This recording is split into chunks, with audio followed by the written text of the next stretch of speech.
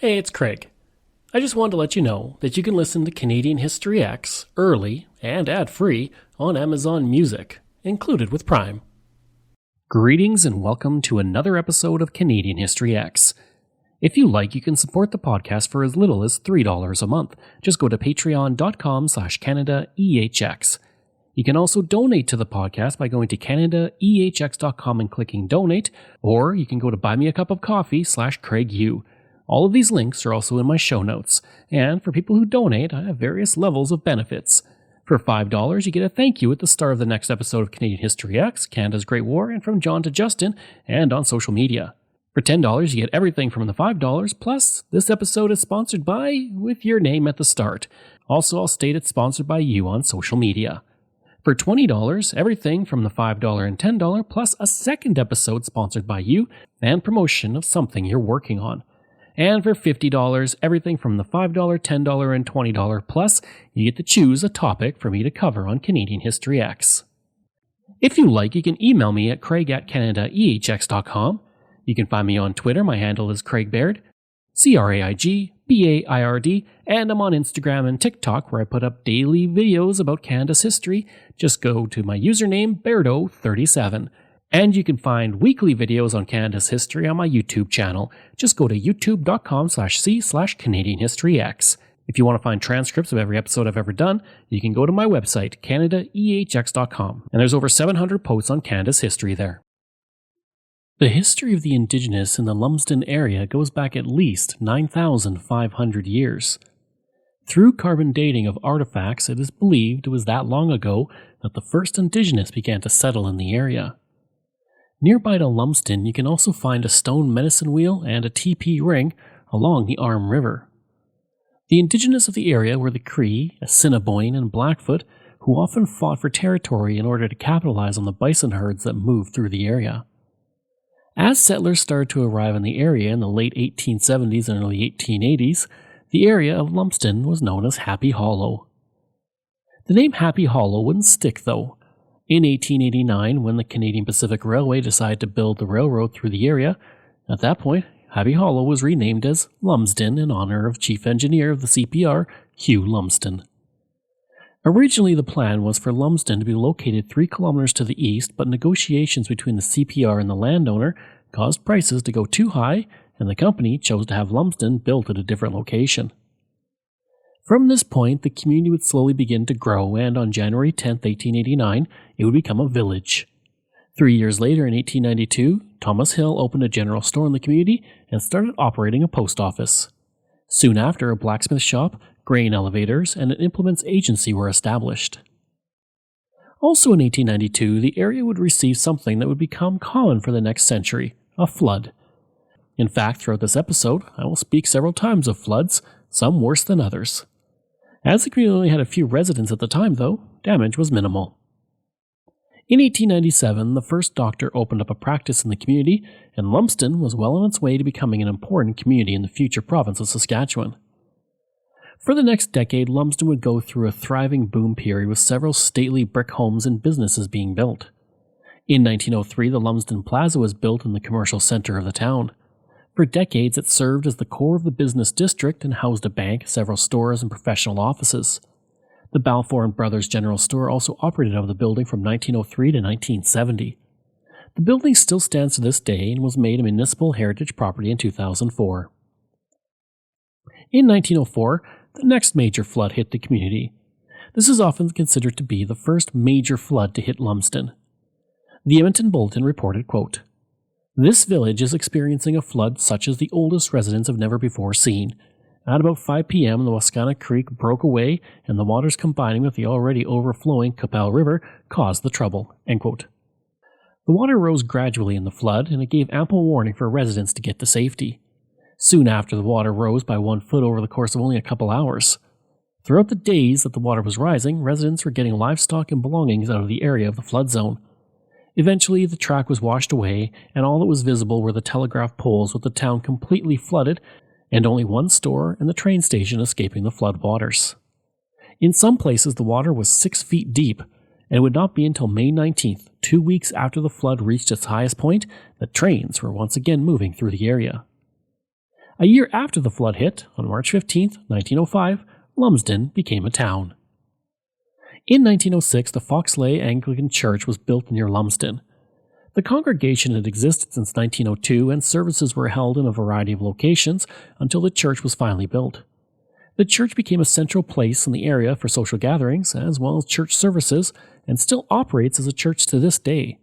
Built in the Gothic Revival style, it was made a municipal heritage property in 1983.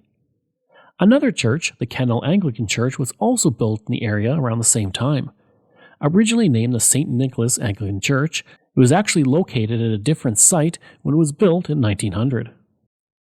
That church was then dismantled and rebuilt at its new site in 1910. Today, the church is one of the most photographed historic churches in all of Saskatchewan and has been featured in film, tourism promotions, calendars, and books about historic sites in Western Canada. It is often used as a backdrop for wedding photos as well, and in 1983, it was made a municipal heritage property. In 1916, the specter of flooding once again came to Lumsden when waters rose, pushing dozens of families out of their homes to escape the rising water. The flood hit nearly all the cellars in the community and reached the business section, but it was 25 inches below the level hit in 1904 during that epic flood. The Winnipeg Free Press Prairie Farmer reported, quote, "The water in the inundated area is now fully 2 feet lower than it was on Friday, and fires have been started in many of the deserted houses in order to assist the gradual drying process." End quote. The same year of that flood, the Emmanuel Lutheran Church was built just outside of Lumsden. This church, built with a fieldstone foundation and brick, was constructed to serve the local congregation of Lutherans. The church was described as one of the finest rural church buildings in Western Canada, and it would be used for decades by residents of the area. While it is no longer used for church services, the church is open on special occasions, and in 1983, like the other churches, it became a municipal heritage property. In 1948, another flood hit the area when the waters of the Qu'Appelle River burst the banks and moved over the landscape. Men from all over Lumsden and the surrounding area came out to begin putting up barriers to stop the flooding water. The river had risen to the point where there was only a few inches left from the top of the dikes. Thousands of sandbags were used, including 21,000 brought in by an RCAF aircraft. The central part of the community was deserted as most of the town was out trying to fill as many sandbags as they could. From late April to early May, the town battled for 10 days to fight the flood and the seeping waters that were heading towards the town. Leaks were reported at several dikes, but all were repaired. The flood could have been much worse, and it almost was because of a muskrat. The animal had gnawed a hole in a dam near Buffalo Pound Lake, which was holding back 19.5 million gallons of water, which was double its capacity. The break was spotted thankfully and reinforced. If it was not discovered, then Lumsden would have found itself under 8 feet of water. In 1966, Lumsden became the first community in Saskatchewan with a population between 500 and 1,500 people to be policed by the Royal Canadian Mounted Police. Prior to this, RCMP services were only available in communities where the population was over 1,500. Under the new agreement, the RCMP constable in the community would not be responsible for collection of license fees or license inspections. He would not collect taxes or any money except in fines, and he had nothing to do with the impounding of animals. Many in the town were happy about this, as Lumsden had been dealing with transient people moving through who would break into businesses, and due to the closeness of Lumsden to Regina, this also brought in rowdy individuals, and having the RCMP would help curb that in the community. In April 1969, word came over the radio that the community of Lumsden was to be evacuated due to another flood threatening the community. This flood, one of the worst to date, resulted in 90 Canadian Forces troops arriving from Calgary and another 70 from Moose Jaw to help the 1,100 people who were filling sandbags to protect the community. The flood was bad enough that Saskatchewan Premier Thatcher was on hand to help the community. In the community, teenagers were joining the army, the elderly and other adults to save things. Children who were on school holiday also came out to help save the school, which was in one of the lowest spots in the entire community. On top of that, 4 aircraft delivered 250,000 sandbags from Regina, Montreal, Calgary, and Edmonton. I'd like to take a break away from the episode for a second to talk about ExploreNet. I spent most of my life living in rural areas in Canada, and I remember the days of dial-up internet and spotty high-speed service. For the past 3 years, I have been a customer of ExploreNet, and I can honestly say that it is the best rural internet I have ever had. My job as a podcaster means I spend a lot of time researching online, interviewing people over Zoom, and uploading content. Through it all, ExploreNet has provided me with excellent service. When I'm not working, I enjoy streaming content on several streaming platforms, and even doing some online gaming with a friend in Ontario. ExploreNet allows me to do all of that with ease. Right now, they offer up to 50 megabits per second on their new LTE network with unlimited data. Their service has only become faster and better since I first signed on. Today and beyond, ExploreNet is investing in building and upgrading the network at a rapid pace. ExploreNet is rural, and that is their route, and that is their focus. For more information about rural internet options in your area, go to explorenet.com or call 1-866-285-2253. In April 1974, the worst flood in the history of Lumsden would hit as the water started to rise over the dikes. The community got to work to construct what was called the Great Wall of Lumsden. This 20-foot tall wall, which was made of crushed car bodies and tons of rock, was used to protect various parts of the community as the water continued to rise. The dike near James Street Bridge would collapse and had to be rebuilt, and that dike had been built in 1904 and simply could not withstand the pressure of the water. At one point, enough water was funneling through Lumsden to spread a full foot of water over a 36 square mile area. Across Canada, images of the flood and the residents fighting it were broadcast. Within the community, meals were provided free 24 hours a day for those fighting the flood, and the women of Lumsden also maintained a canteen in the basement of the United Church.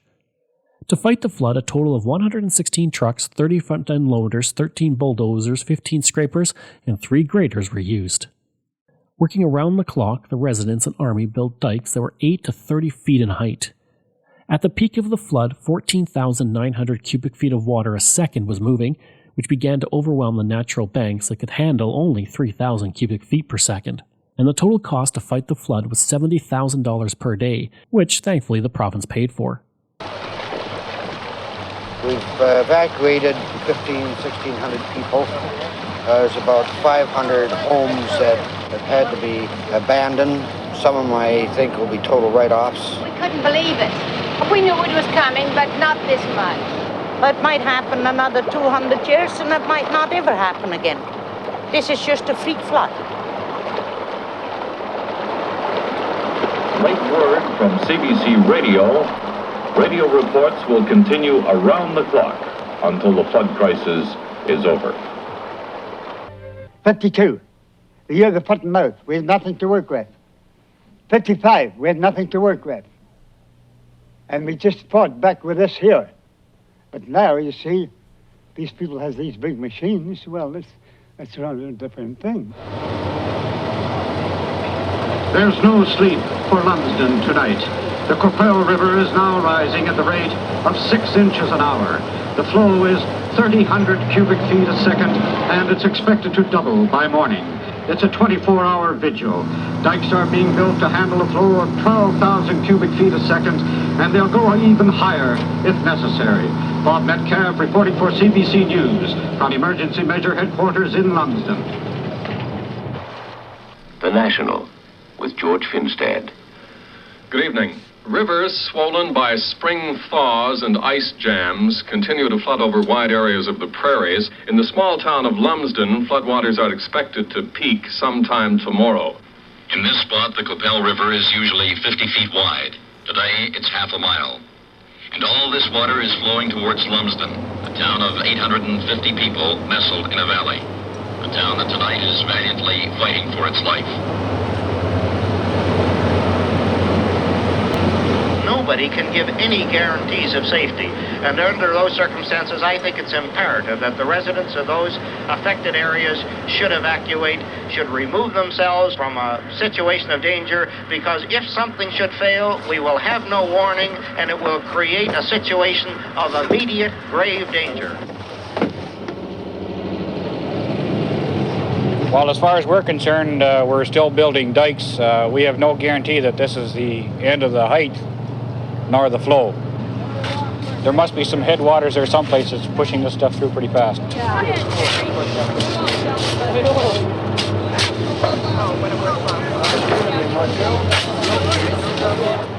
There's a lot of people from not, in Lumsden, from Regina, and all the other cities, towns around here that came out, and they've really given a helping hand.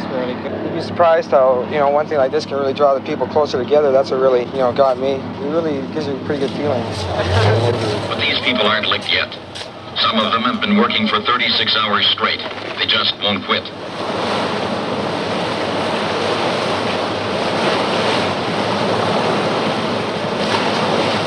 Within the last 2 or 3 days, when we got the prediction of 11,000 or better, in 15 minutes we had 6 U-Toots on their way to Lumsden. That's how quick it was to get things going.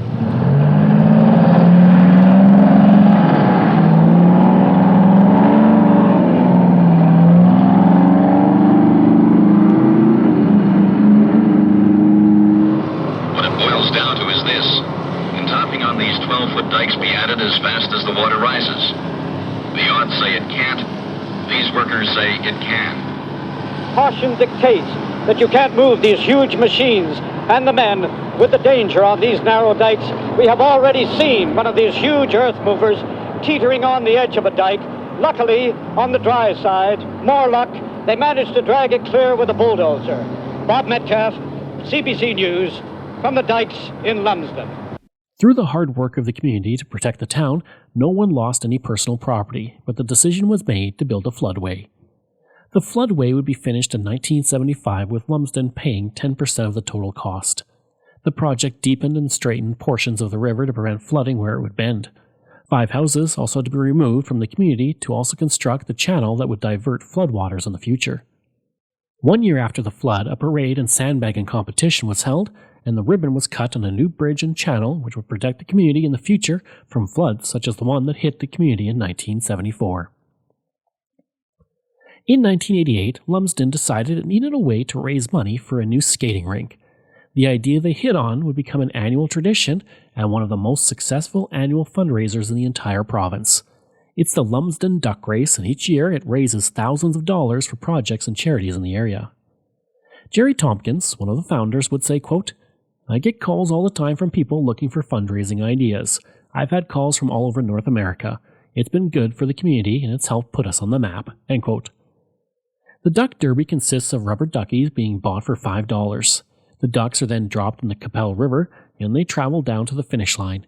The people who bought the first 10 ducks that finish the race are awarded a variety of prizes, including new vehicles. The entire derby begins with a parade, which itself has grown from a small endeavor to include bands, vintage cars, and many floats. Everything around the event also continues to evolve. Tompkins would say, quote, "You can't contrive these things, you just have to let them happen. Once we went out and painted duck prints on the street late at night. Now they do that every year. Things just keep happening, and that is the real fun of it." End quote. In all, 13,500 rubber duckies are hoisted up in the air in a metal cage and then dropped 20 meters into the water. Typically, the race takes about 30 minutes to finish, but sometimes high winds can cause the race to go for hours.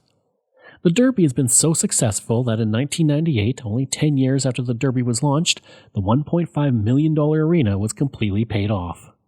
Labor Day in Lumsden. It's time to party. It brings out nearly everyone in town and plenty from cities nearby. And there's some cash behind it too. I mean, I was the winner 2 years ago, the first prize. You were the winner. What did you get? $20,000. By now, it's a Lumsden tradition. Every year for the past 28 years, they've been doing the Duck Derby right here next to the Qu'Appelle River. And right now, you can see them loading thousands of little tiny rubber ducks into that crate, and they're going to drop it into the river. And in a little bit, we'll see who exactly is the winner. 3, 2, 1. Over 16,000 rubber ducks dropping into the river. Each of them have been bought at $5 each. The first 20 ducks that cross the finish line will win their owner prizes, like a cash gift of $20,000. Even with the weather, we've got a ton of people coming out today. It's fantastic. That may have been the starting line, but in many ways, this sports center is the real finishing line. All the proceeds of the Duck Derby goes towards the Lumsden Sports Center and recreational activities for the town all winter. It helps keep the cost down for those programs, and it supports capital expenditures of the rink. So, we got a new clock last year. Making everyone in town a winner from the Duck Derby. Adrian Chung, CBC News, Lumsden. On May 18, 2005, Lumsden received a very important visitor when Queen Elizabeth II visited the community as part of her tour of Saskatchewan during its 100th anniversary. Aaron Girock would say, quote, "It's kind of thrilling to see the Queen in your hometown, and you can say that she's come to see you. My mum's a hairdresser in town, and this has been the talk of all the ladies when she does their hair." End quote. The Queen arrived at 1 p.m. in her motorcade and with Prince Philip at a luncheon at the ice rink that had been decorated for their arrival. A total of 500 guests came out for the event, including the Premier of Saskatchewan. Students in the community were let out early for the visit so they could see the Queen visit their hometown. Arnie Unseth, who owned the property across from the arena where the Queen had lunch, would say, quote, "This puts Lumsden on the map a little bit more and recognizes that Lumsden's a nice town. It's good for Lumsden as a whole. It brings some focus to it." End quote. If you'd like to learn more about the history of Lumsden, then you should check out the Lumsden Historical Museum. Not only does the museum itself feature a variety of artifacts dating to the pre-colonial era all the way up to the 20th century, but the grounds have some very old buildings that you can explore. There is the Travaga Community Hall, which was built in 1890 and served as a rural school until 1907. From 1914 to 1925, it was used as the Presbyterian and Methodist Church, and then as the United Church until 1952. The building was also home to the Curling Club, and it would hold its last community dance in 1980. In the early 1990s, it was moved to Lumsden. The Forest Church was built in 1897 and served the community's church needs until 1956, when the members joined the Lumsden United Church. The building was completely dismantled in 1993 and rebuilt at the museum site in 1996. It was then rededicated on September 20th, 1997, exactly 100 years after it opened. The Kettleston School was built in 1912 and served as a school for the community of Kettleston until 1963, when it became a community center. It would be moved to the museum grounds in 1988.